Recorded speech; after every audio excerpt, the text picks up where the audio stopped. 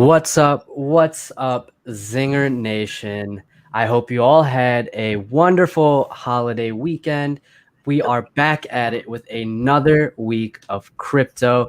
Got an exciting show for you guys today. As always, joined with me is the lovely Catherine Ross. How are we doing today, Catherine? We're doing great. We had some time off, and now we're ready to take off with some news and markets and an amazing guest that we have today to talk about Nasdaq listing, Bitcoin mining council, including Elon Musk and Michael Saylor. I can go on. And a potential new IPO. Is that what I heard? Okay. Yes. Okay. Very interesting. So everybody, listing. Yeah. yes, everybody. So stay locked into this episode. We got an exciting one for you. To start things off here at the Crypto Show, how do we do it, Catherine? We check the coins on the move. So today, how is it looking? What's the markets looking like? Let's get into it. For sure.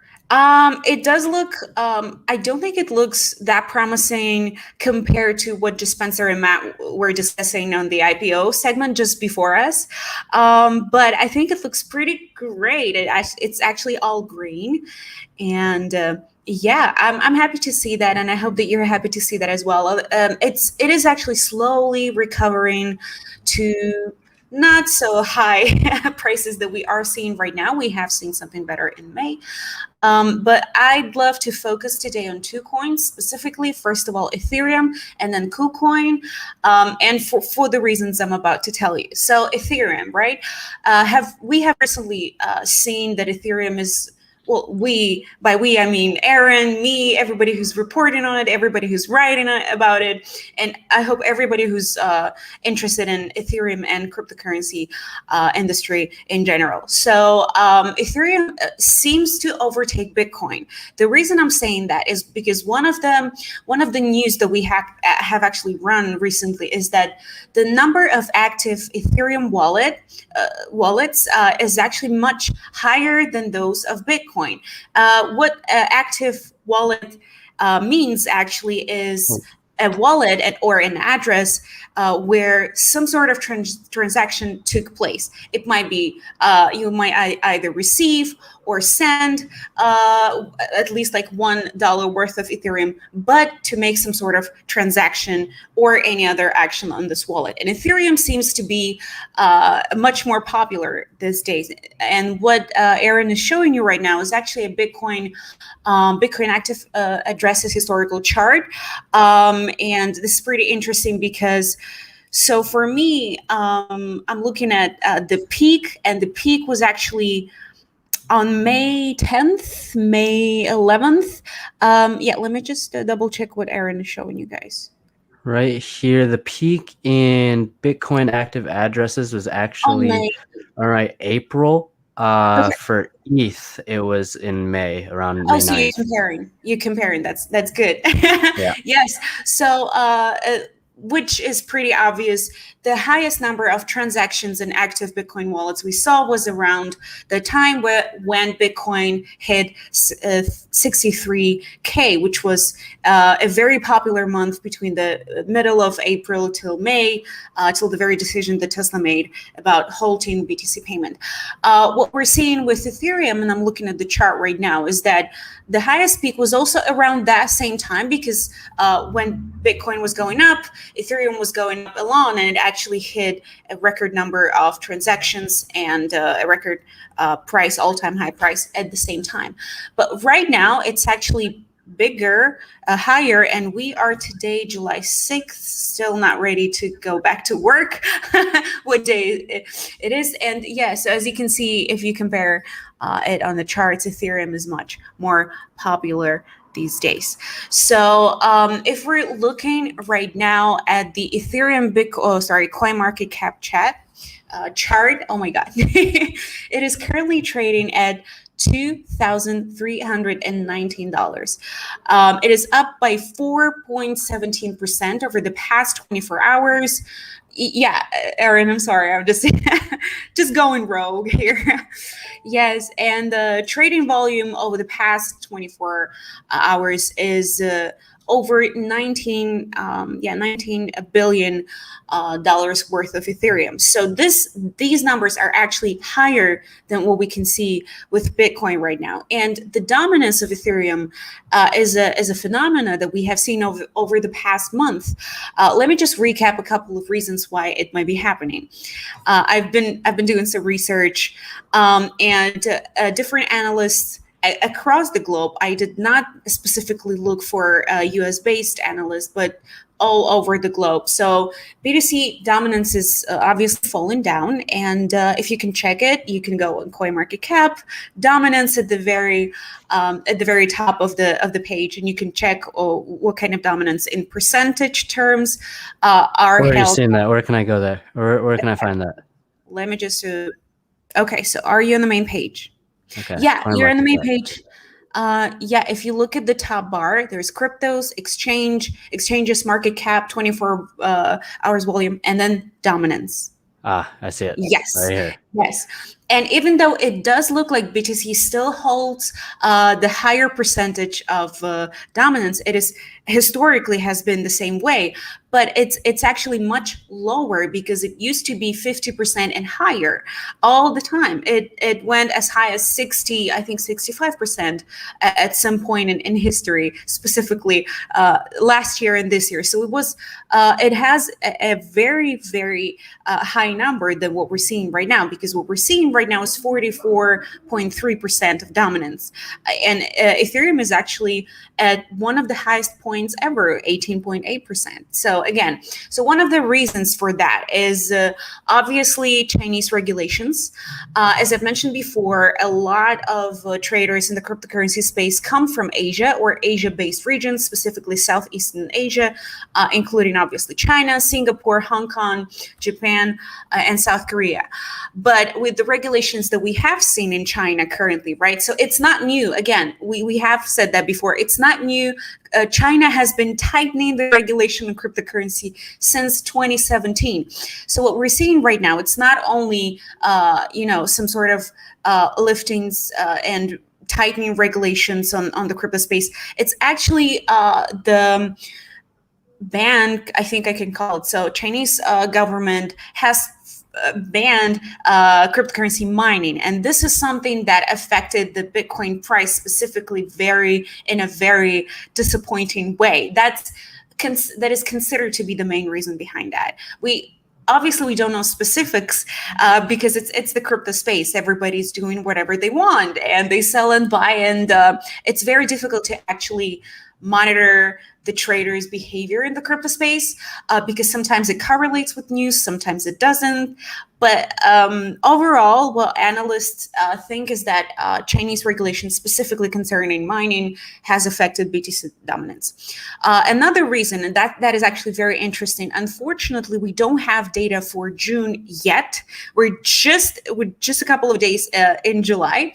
But if we're talking about May, Ethereum miners have earned almost 1 billion higher in fees than those that mine BTC. So Ethereum miners earned $2.3 billion in May, and BTC miners earned $1.4 billion, which is still a huge number, but pretty lower amount that Ethereum miners did.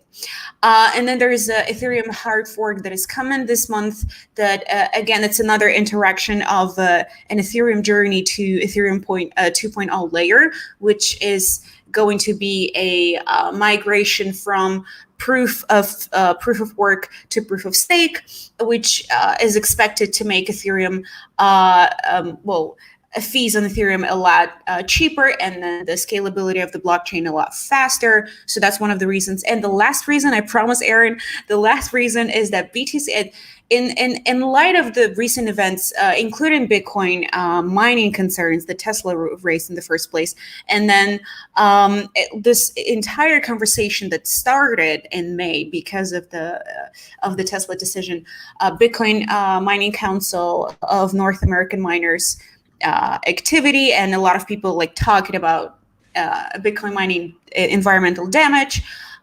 So this actually damaged BTC a lot and the brand of BTC a lot, because BTC is built on proof of work, which is considered to be a much more energy efficient kind of protocol. And Ethereum is still built on proof of work, but it's migrating to proof of stake, which does not require mining. So overall, we see BTC has been a little bit of a bad guy these days, and Ethereum is a much more, I think, younger and more energetic, probably, fella. So yeah, Aaron, I'm done with with No, that. that was great. That was a lot of information about, how Ethereum has been performing lately. So thank you Yes, for that. I know we wanted to get into, talk KuCoin. like, yeah, we want to talk about KuCoin real quick, Yeah. and then we'll have to bring on Peter for our interview with Argo Yes, blockchain. a highly anticipated interview, especially by me Exactly. and Zoltan. Yeah, the one who arranged that. So KuCoin, if you haven't heard about it, the ticker is KCS, and is the native coin of the exchange, something that you might have heard with the Binance and BNB coin, right? So it's the native token of the Singapore-based crypto exchange that actually was launched back in 2017, which seems like a very long time ago, especially in the crypto space. So this is a profit sharing token that allows traders to draw value from the exchange. So you can use it on the exchange to sort of, I don't know, make activities, buy something, buy another cryptocurrencies, and as well as BNB on Binance, you can do some different activities, including making your own NFTs, buying, selling, receiving incentives on the exchange. So again, back in 2017, it was issued on a very popular ERC20 token running on, nonetheless, but Ethereum network, and was supported by most of the Ethereum wallets. Because back in 2017, we did have a huge number of wallets and something that you could have chosen from. But today, the number of like Ethereum wallets that you can choose and put your coins in is obviously much higher. So KuCoin has grown by, and I'm trying to open my charts. Oh, by 65%. It's just when we originally published the news earlier today, it was by over 50% over the past 24 hours. So currently it is 31.84% rise. And let us just walk you through today's highs. So it started at as low as $8. Again, depending on what time zone you're in, and depending on your location, right? So from my side of the world, it shows that it started, July 5th, July 6th, looking at it, okay, that's not helpful at all. So it started at $9.8, but it is from my location, so it's Europe. And it went as high as $11.4, and then went down again at 10.29, and then again. So the highest price that we've seen today is $11.59. Yeah. Okay, that was a lie, because it's the highest that I'm seeing right now, $11.74, and it's currently trading at 11.10. So it's fluctuating a little bit, even though it's not that high. It's still up by over 30% of the past. It's interesting because it's saying the all-time highs were around $20 back in 2018. Yes. It's interesting to know that interesting to find out that this project was around that long. Yeah, 2017. Yeah. So, yeah, a long time ago. So the reason behind the recent spike and what we're seeing with the prices is because KuCoin has partnered with Euro 2020, a soccer.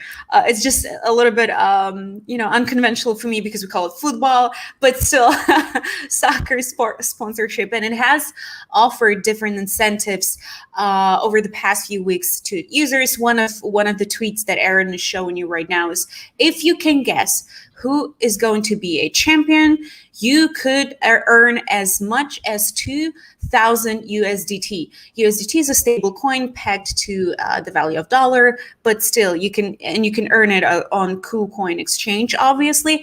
And last week it also offered a certain amount of USDT if you could post a picture of yourself.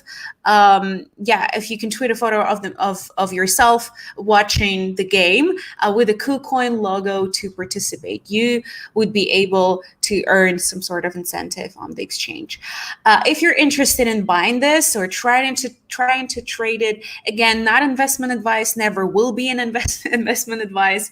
You have to do your own due diligence. Cryptocurrency trading is risky and you might lose all of your capital. But if you'd like to try, you can use Kucoin, obviously, BitMax exchange, which is currently experiencing huge legal issues, and Probit exchange. And that's pretty much it. Nice. Do we I think we had some sort of comment or electronic radio, open up trading view and chart in crypto. Adjum, the correlation is there for sure. He's talking about the correlation between Bitcoin and Ethereum, and more comments about the changes there. So actually, let's get into our interview now. Thank you for that update on Kucoin there, Catherine. So we have for you guys, I'm sure this is what you guys have been waiting for all episode. So we have Peter Wall. Peter was a member of the management team that founded Argo and has been responsible for day-to-day operations since the company launched. Here to talk about Argo blockchain is the man himself, Peter Wall. How's it going, Peter? How you doing today? Hey, good. How's my sound here? I'm trying a new microphone today. Does that sound all right? Oh, yeah, it sounds fantastic. Perfect. Okay, good. Peter, hi. We're so excited to have you on today's show, and we have tons of questions. So I think we can just dive into that, and we'll start with Aaron. Aaron, back to you. Yeah, of course. So Peter, thank you again for joining us. Hope you had a great extended weekend. Or you're out in Canada, aren't you?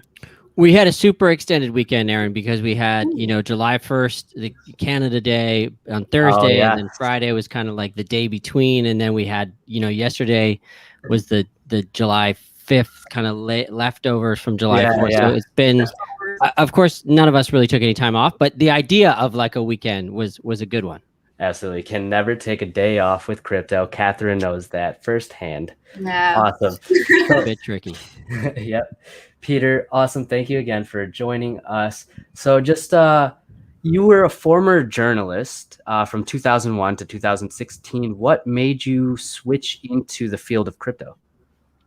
Well, there was about 10 years, about 8 years between journalism and crypto for me. I was a journalist with the CBC in Canada until 2010. And then I went overseas to Indonesia for what was supposed to be a year and stayed for 5 years. And at that point kind of moved into more entrepreneurial pursuits and started a co-working space there. And very soon after we opened, some dude came in, some American guy came in talking about this thing called Bitcoin. And I was intrigued, and we ended up we were one of the first businesses in Indonesia, the first business in Bali to take crypto. We took payment from some of our members in Bitcoin over the course of like 2 or 3 years before the Indonesian government banned it, or at least banned those type of transactions. And then, just been, following crypto ever since. And so when an acquaintance in 2018 said they were launching Argo and did I want to be part of the founding team and help getting, operations off the ground in Canada, I said, sure. And it's been all crypto all the time since early 2018. Awesome. Wow. And yeah. So you talked about the philosophy there. So what's the philosophy behind Argo, and how is that different from other crypto mining companies? Yeah, so I think Argo kind of stands out for a couple different reasons. One is our focus on ESG mining. We've been, since we launched, we've been focused on making sure that we're mining with renewable power whenever we can. So we started in Quebec, where there's 100% renewable power, hydropower. We're now building this large facility in Texas, in a particular part of the grid, which is known for its renewables. Over 95% of the power there comes from wind. So that's one piece. The other is that we've had this emphasis on smart growth since at least I took over as CEO, which is really looking at the ROI of our machine purchases and making sure that we're not just kind of growing for the sake of growth, but we're buying machines at the right time in the cycle. Crypto is kind of famously very cyclical and very volatile. And if you buy at the wrong time, specifically with machines, you might never pay those machines off. You might never get your investment back. So we've been really focused on smart growth and growing kind of the right way for the long term. And then the last thing is our team. I think we have a pretty unique set of skills on our team. Perry Hottie, who's our CTO, is from my perspective, at least, one of the best miners in the world.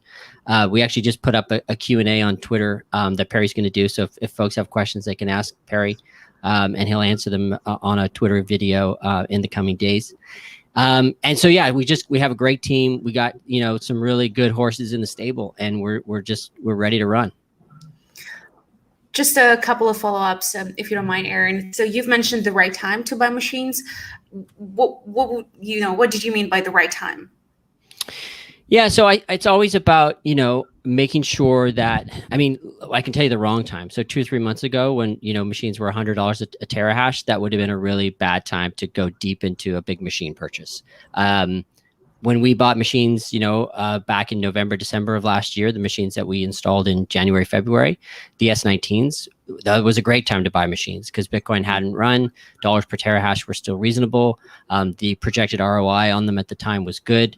Now it's quite an interesting time right now where we are kind of right now, given all of the machines coming out of China and the opportunities to kind of to grab some of that exahash is unusual, and prices have come down significantly on a kind of dollar per terahash basis. And then the other thing is again, that going back to your question, Aaron, that sets us apart a bit is we're not afraid to mine not just Bitcoin. We love mining Bitcoin; it's the majority of what we mine, but we've also mined a whole host of other coins. Currently, we're mining Zcash, with the Equihash algorithm. Those machines have been incredibly profitable. The ROI on those machines has been great.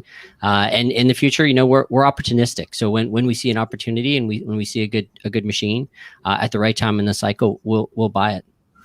So I'm sorry, Aaron, I just have tons of questions. Go for it. You are a publicly traded company on London Stock Exchange, right? Why did you choose London for that?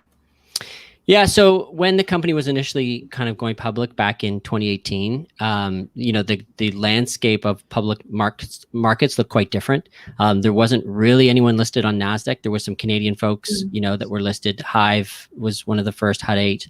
And so the founding team looked kind of around the world and thought, okay, what's the best exchange to get listed on at the time? And there was no one in London, so it was kind of a greenfield opportunity. So they went to London, raised some money, built some relationships, and kind of it's been off to the races since then with that exchange. And we love, being listed in the UK.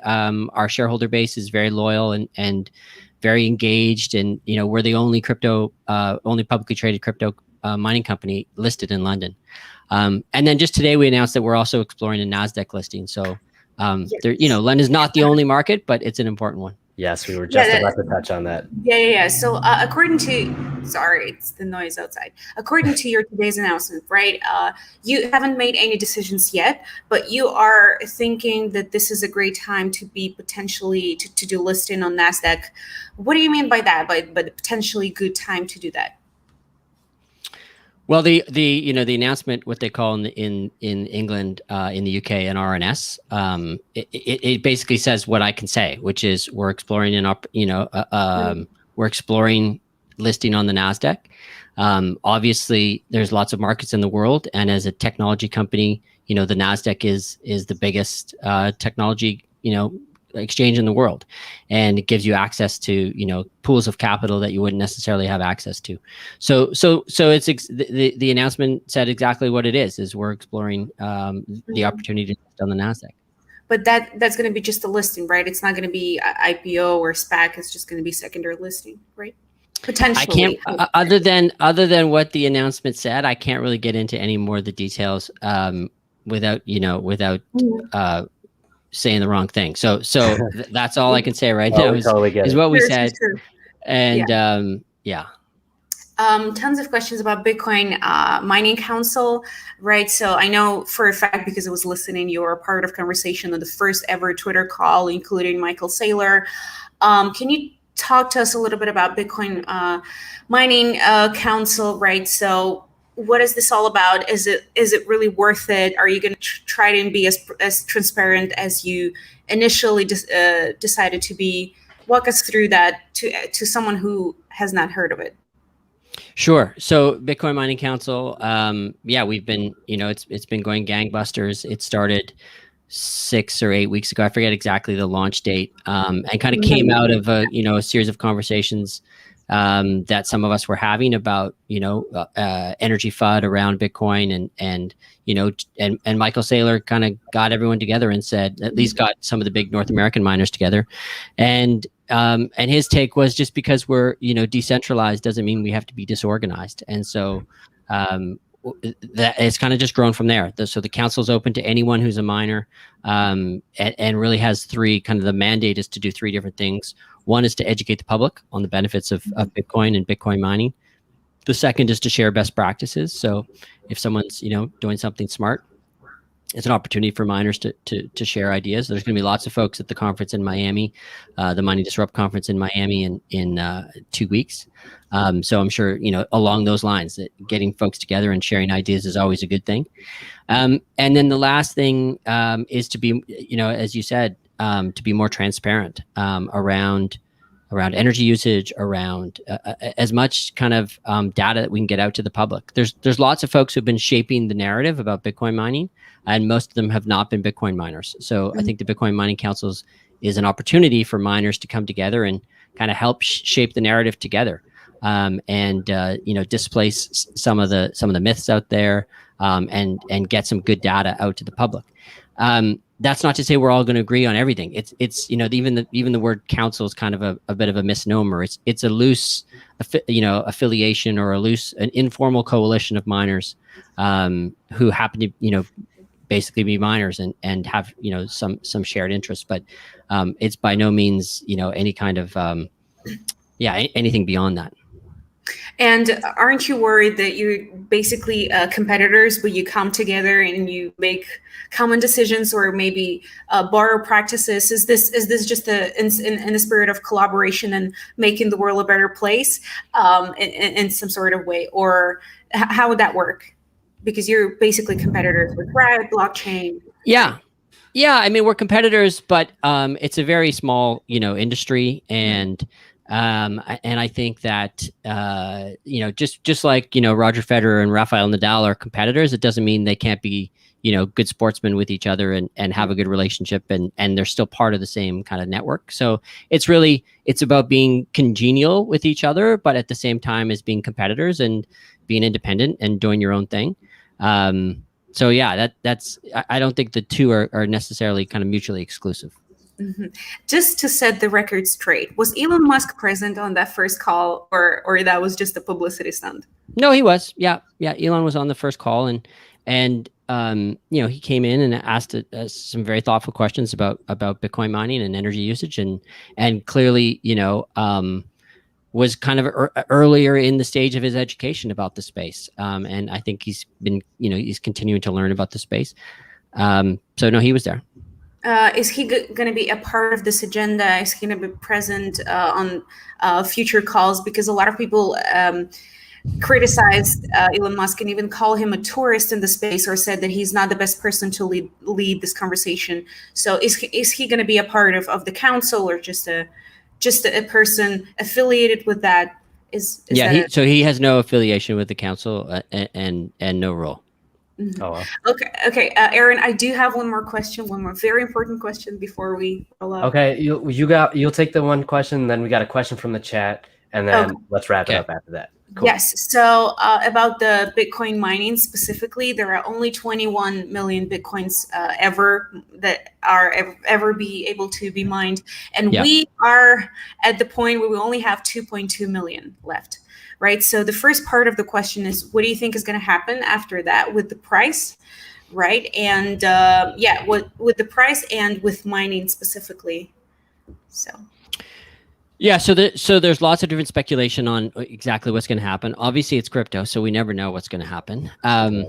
But mining's going to continue until 2150, right? That's the projected date when the last Bitcoin will be mined. And the speculation is that 20 or 30 years from now, it will be Bitcoin miners will receive a larger portion of Bitcoin from the transaction side of things than from the actual mining or minting side of things. So I think that's the expectation in the industry, certainly the way people are talking about their future revenue, is that a larger portion is going to continue to come, or is going to come from transactions. And we've seen that in the last 6 months when there's times of large traffic, when there's like the China situation, there's just more, the percentage that you get as a miner from the transaction side goes up. So I think that's the expectation that most miners are building into their projections. Mm-hmm. And what's going to happen with the Bitcoin price, or how that is going to affect the Bitcoin price in the short term and in the long term?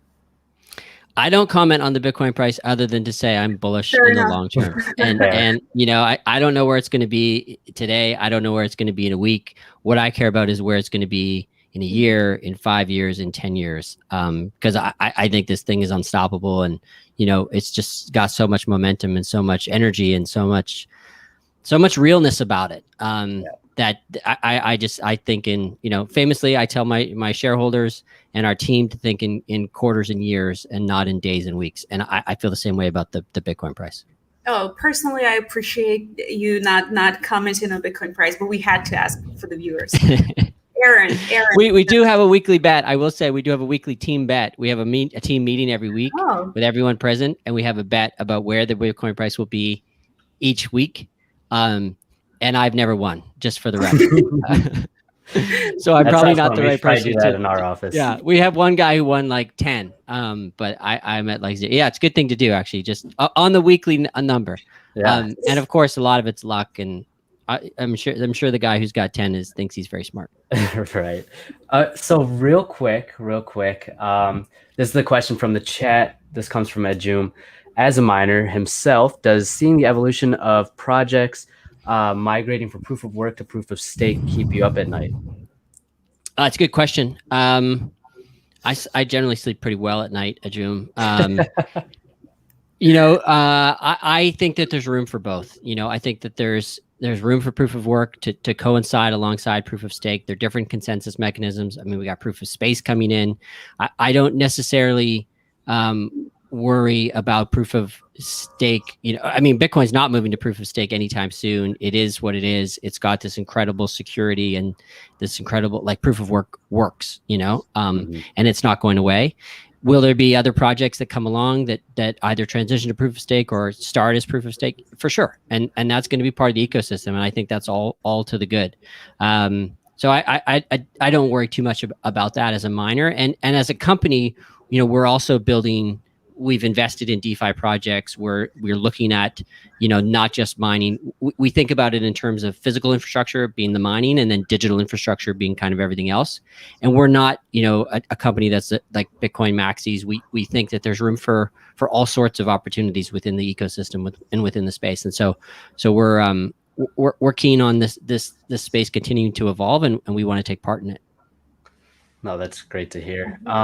And then one real quick question from Stonebridge Advisors. We can keep going. I got nothing but time. He wants to know where he can get, or where they can get Argo merch. Sure. There is a link. I can tweet it out if you want. It's also on our website. You can go on. And then here's Peter's Twitter. I'm going to pull that up real quick. Peter at Peter G Wall on Twitter. That's it. So go ahead, guys, and follow him. And let me throw up the Argo blockchain website. Guys, go check out that website. Check out what Argo is doing. They're doing some amazing stuff. So with that, we do have to wrap that up. We have to turn it over to the next show. But Peter, thank you so much for joining us. It was a pleasure to have you on the show. We'll have to do this again sometime. All right. Anytime. Thanks you both. Thank you so much. Thank you so much. Bye. Take care. Catherine, another fantastic episode, another great guest. Oh my gosh. Absolutely. We just keep bringing the hits, right? Yeah, so first of all, thank you, Zoltan. If you're watching this, thank you so much for bringing this guest on the show. Second of all, I just truly hope that this was informative for our viewers. And I'm sorry, I just touched my mic. Absolutely. I think it was very informative for the viewers. They really loved it. If you guys did love it, make sure to let us know by smashing that like button down below.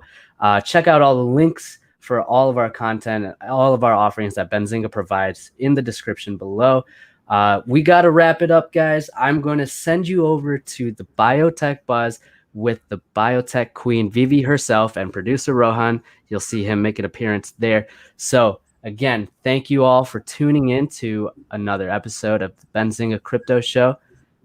Happy trading. Be well.